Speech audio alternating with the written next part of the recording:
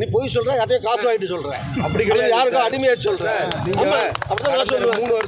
3 வருஷமே இல்ல, நான் 5 வருஷமா வந்துட்டு இருக்கேன். நீ பாக்கல, நீ சொன்னா நீ ஊர்ல இல்லைன்னு அர்த்தம். நீ யார்ட்டையும் காசு வாங்கிட்டு சொல்றேன்னு அர்த்தம்.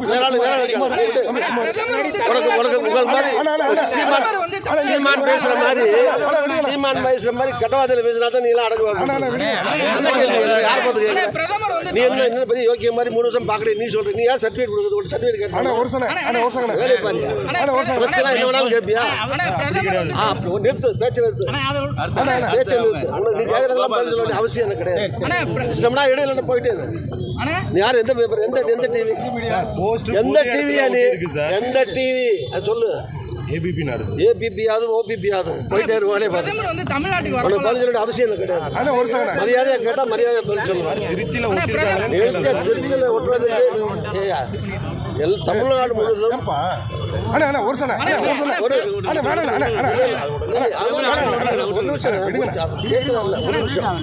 தமிழ்நாடு முழுவதும் எதிர்கட்சிகளின் சார்பில் எம்பி படங்களை போடாமல் எல்லா தொகுதியிலையும் எம்பியை காண ஒட்டியிருக்காங்க.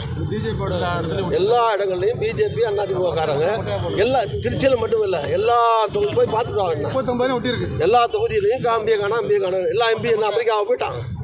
எல்லா எம்பி இங்கே தான், திமுக எம்பி, காங்கிரஸ் எம்பி, எல்லா எம்பி இங்கே தான் இருந்தோம். எனக்கு என்னன்னா, நீ பார்க்கலன்னா, நீ வராமல் போயிட்டேன்னா நான் வழி நடத்தமா?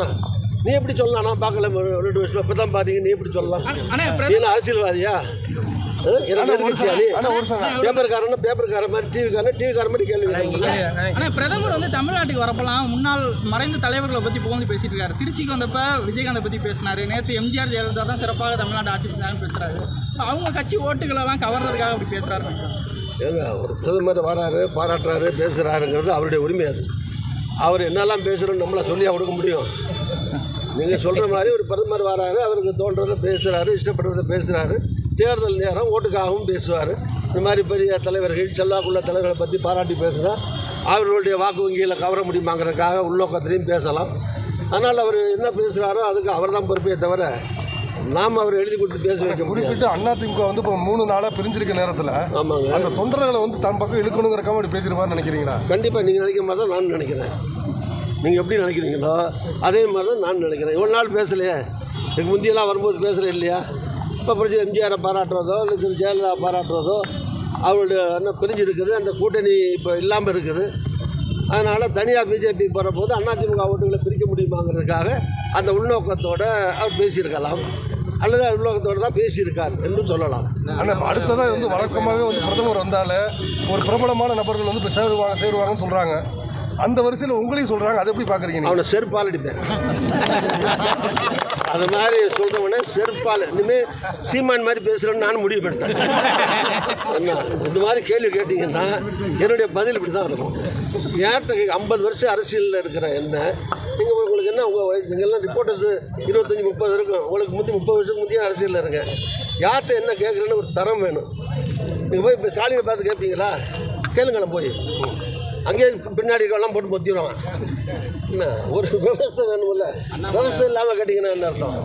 எவனாவது ஒருத்தர் இந்த ஊடகம் பேரில் வச்சுக்கிட்டு 5000 பேர் வியூவர்ஸை வச்சுக்கிட்டு சம்பாதிக்கிறதுக்காக ரூமில் உட்காந்துக்கிட்டு பொழப்பு நடத்துகிறான். நானும் பேட்டி கேட்டால் கொடுக்குறேன், பாவம் பொழைச்சிட்டு போகிறாங்கன்னு. நிறையா சேனலுக்கு நான் தான் பேட்டி கொடுக்குறேன். வேறு யாரும் போய் தனியாக ஒன்றுலாம் கொடுக்க மாட்டாங்க. நான் கொடுக்குறது போய் தொலைஞ்சு போகிறான், வாழ்ந்துட்டு போகிறான்னு தான் சொல்கிறேன். சில பேர் அதை நம்பியே இருக்கான் பாவம். அதில் ஏதாவது வருமானம் வரும், காசு வரும், போயிட்டு போகிறான்னு கொடுக்குறேன். அந்த மாதிரி சில பத்திரிகைகளில் சில பேர் வந்து கண்டதை போட்டுட்ருக்காங்க.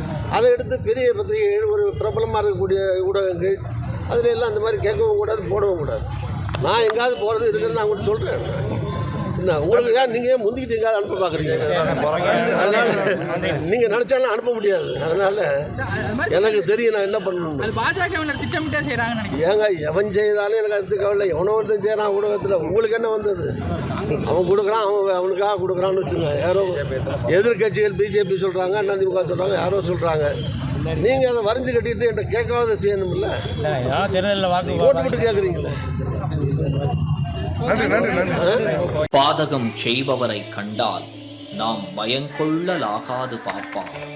மோதி மிதித்து விடு பாப்பா, அவர் முகத்தில் உமிழ்ந்து விடு பாப்பா. அண்மை செய்திகளை உடனுக்குடன் தெரிந்து கொள்ள இணைந்திருங்கள் இயம்நாடு தொலைக்காட்சியுடன்.